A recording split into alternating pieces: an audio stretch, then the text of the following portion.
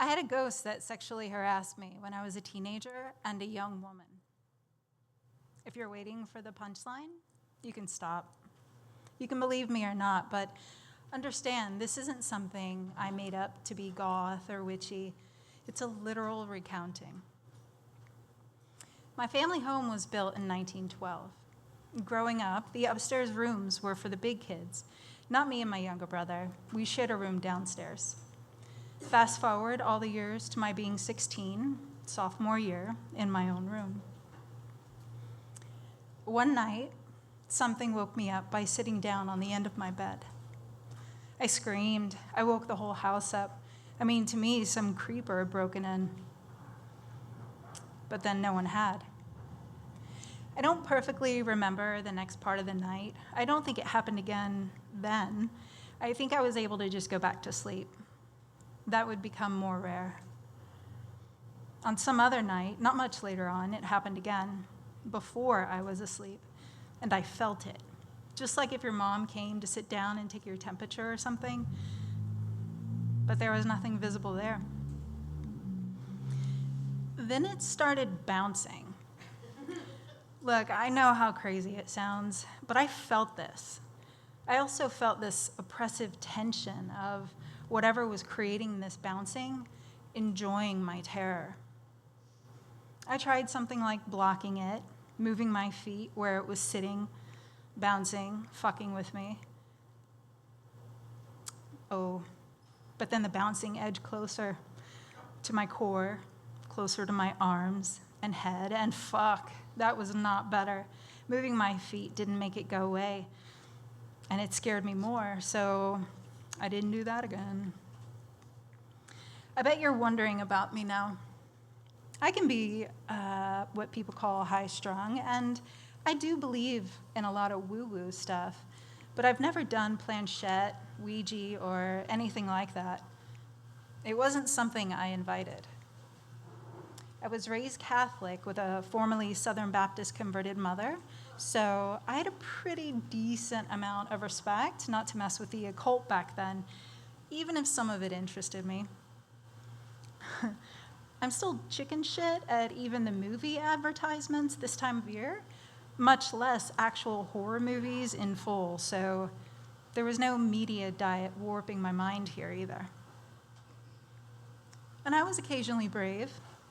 I used to sneak out at night through the back window of the unused upstairs bedroom, hang down off a tree limb, and drop off to go hang out with worldlier friends overnight.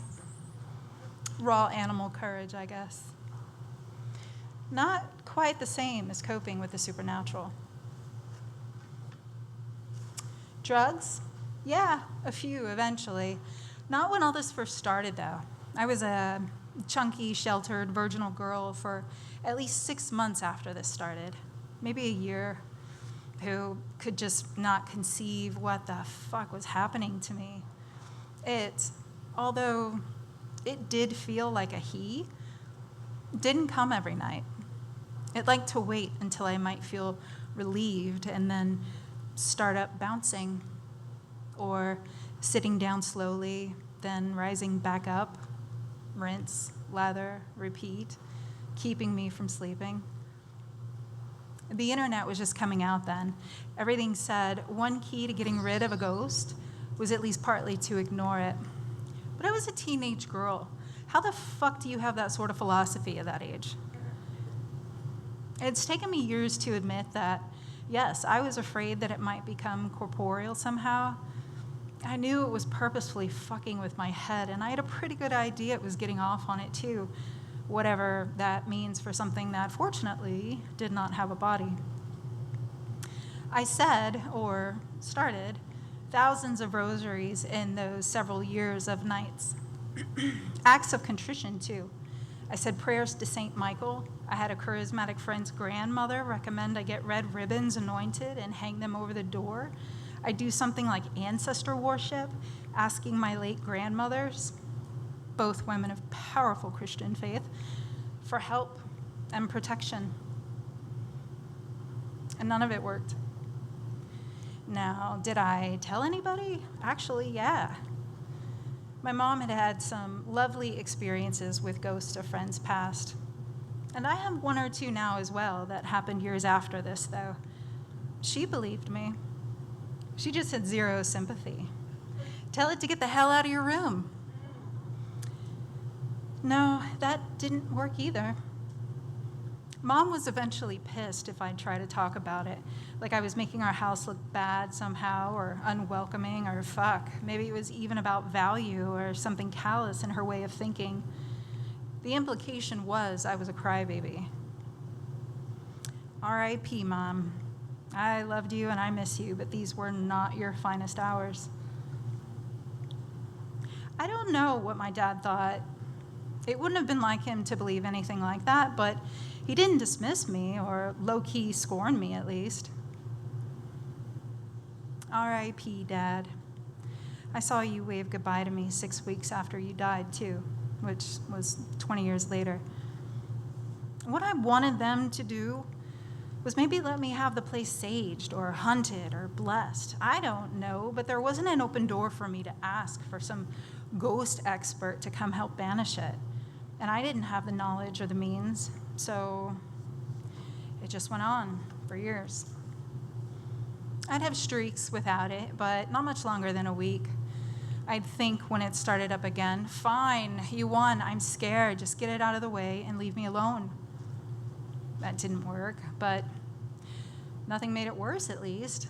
Worse than it being just a supernatural psychological terrorist.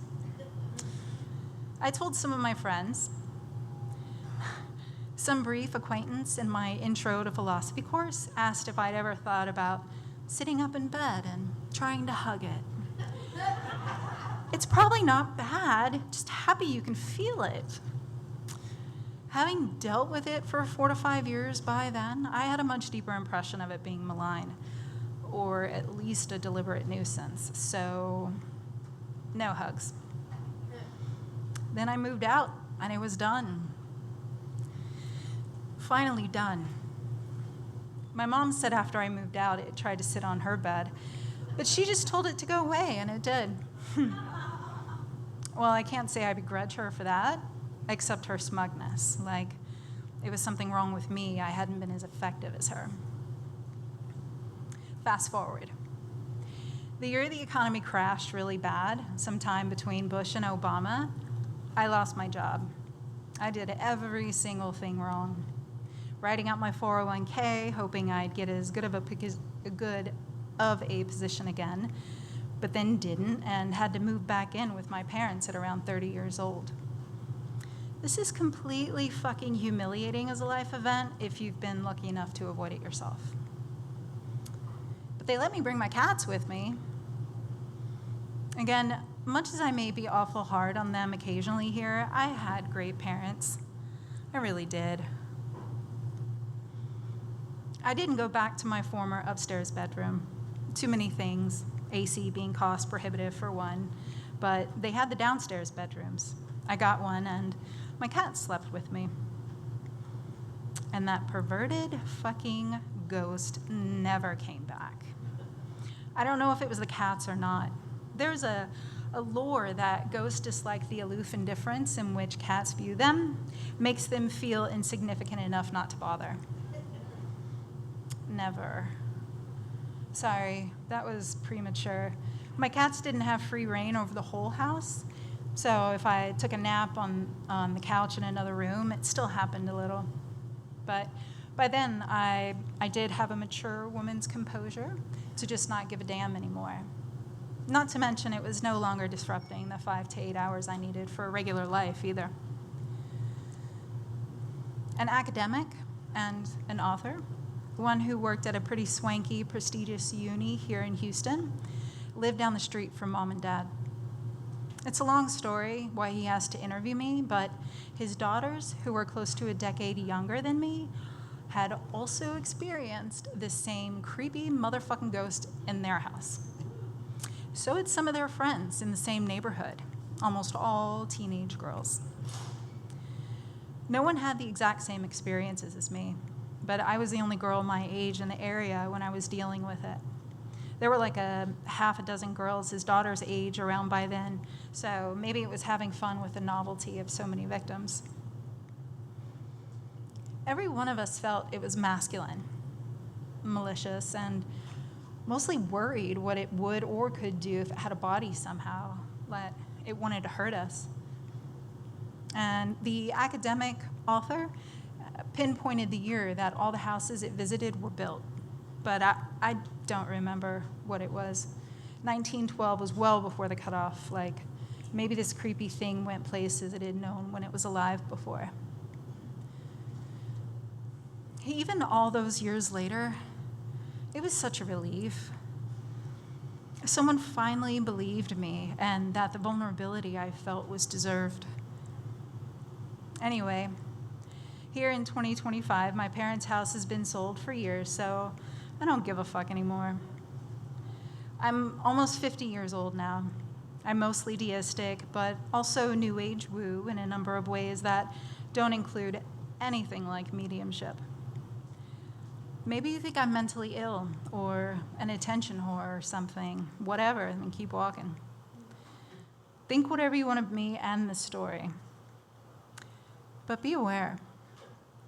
Down near what's the Houston Botanic Gardens and the neighborhood just west, this thing was, maybe still is, some fucking gross, ghostly predator of young girls in whatever mold of shades, ghost, poltergeist, or whatever are out there. Happy Halloween.